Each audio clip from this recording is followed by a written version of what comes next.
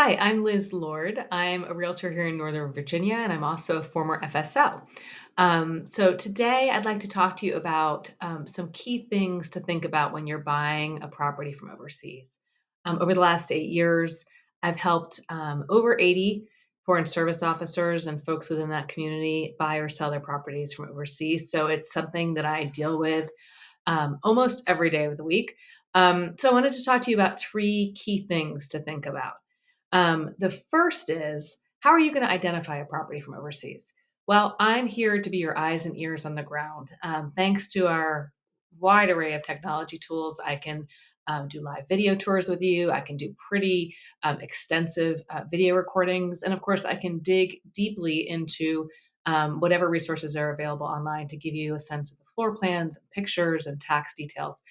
So, between those resources, it can be a pretty close to in-person experience, and that's my job to make it feel that way to you. I will say that if you're in parts of Asia, that time difference can make it tough, so you may have to rely on video recordings. But again, that's something that a lot of my clients do. The second thing I wanted to talk to you about is timing. So most FSOs are thinking about PCSing in the summer months, and so they're backtracking a few months and thinking that that's when they're going to start looking at properties. When you're thinking about timing, you also need to think about financing. There are basically three types of loans that are available to you. The first is a primary residence mortgage, which has the best or lowest mortgage rates. The problem there is that typically lenders will require that you occupy the property within 60 days of the closing. That can be tough unless you're going to be coming back within that 60-day period. The second type is a second home mortgage. I have loan officers with whom I work that have come up with a workaround to that 60-day requirement where they'll consider USG housing to be your primary residence. They'll give you a second home loan. That rate will be the same as a primary residence loan, and you can then circumvent that 60-day requirement. The problem is you'll also sign a document at closing that says you won't rent the property for at least a year. So that can be a limitation. The third type of loan is an investment loan, and that typically has the worst rates. And that really is for buyers who don't intend to live in the property for at least a year or two. The last thing I wanted to talk to you about is, how do you actually close on the purchase of a property from overseas?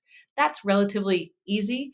You would do that through signing a power of attorney where you designate a third party individual, a friend, or an arm's length attorney to serve as your attorney in fact. That person will then sign your closing documents even while you're overseas. Something to think about, though, is that you want to be able to ideally e-sign and e-notarize that power of attorney as opposed to having to physically go into an embassy and have wet ink put on those documents and then have to send those documents back to the title company. The last thing I wanted to talk about, and it's probably the least important in some ways and yet very important at the same time, which is, how do I as a realtor get compensated? Even though there are some lawsuits going on across the country that are reconsidering or questioning the compensation structure for realtors, in this area in Northern Virginia, it is still the case that sellers pay my commission. Typically, that's 2.5% of the sales price. But you, as a buyer, don't need to worry about compensating me because that does come from the seller.